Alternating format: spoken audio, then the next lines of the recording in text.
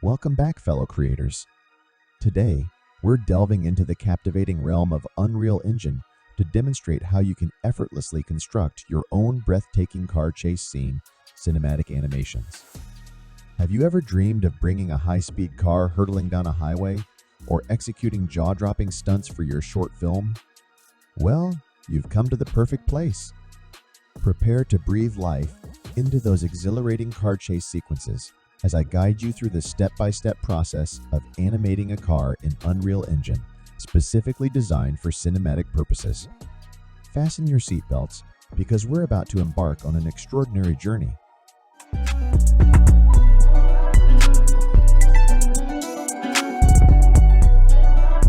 This tutorial aims to provide a basic yet effective guide to creating your own animations. By the end of it, you'll feel confident in your abilities.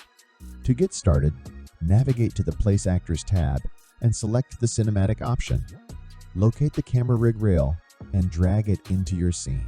Make sure to align the rail with the direction of your road for seamless integration. Afterwards, I prefer switching to the top-down view for a more comprehensive perspective. You'll need to select the small white box located in front of the rail. Then, simply Alt-left click and drag it to extend the rail outwards. To adjust the curve of your path, it's as simple as using Photoshop or Illustrator. Just select one of the white squares on the handle and drag it accordingly. For the purpose of this tutorial, I'll demonstrate a quick and efficient method.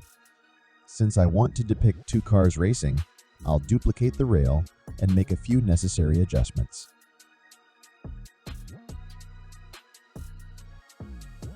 Now that you have positioned your track as desired, let's proceed by adding our cars to the scene.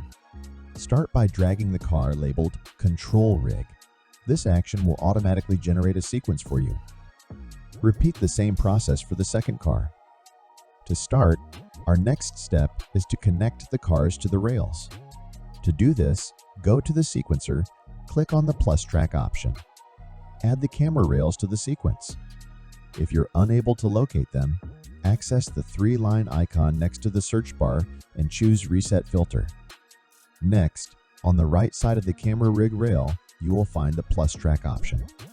Select current position on rail for both camera rails. Afterward, we will attach the control rig to the rail.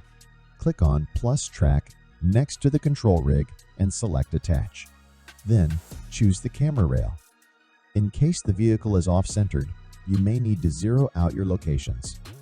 If the car is facing the wrong direction on the rail, simply adjust the rotation of the Z-axis. Repeat this process for the second car, ensuring it is attached to the second control rig. Make sure to check the lock orientation to rail in the detail panel for both rails. Now, let's begin animating the car. Start by selecting the current position on rail and click the small plus icon to add a keyframe. Make sure you're on the first keyframe. Then, move to keyframe 149 and change the value to 1. For the second car, follow the same process but adjust the keyframes to achieve a trailing effect.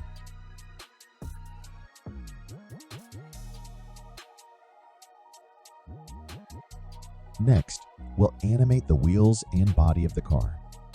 To do this, select the control rig and expand the drop-down menu on the left to reveal the controls we set up in the previous video.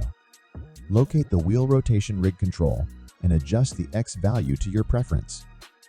In this tutorial, I'll set the last keyframe to 20 and the starting keyframe to 10 for a quick and effective result. To achieve a realistic sense of vehicle weight, you can experiment with adjusting the X and Y values in the body controls section. Additionally, for the wheels to turn, you can add keyframes along the Y location in the steering controls section.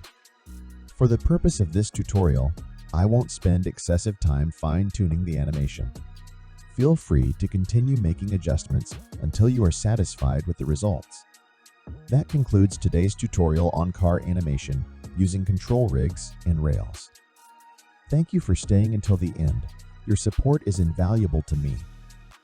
If you found this tutorial helpful, please give it a thumbs up and consider subscribing to my channel for more similar content. Feel free to leave a comment if you have any questions or suggestions. I greatly appreciate your feedback. Until next time, continue to learn and create. Happy animating, everyone!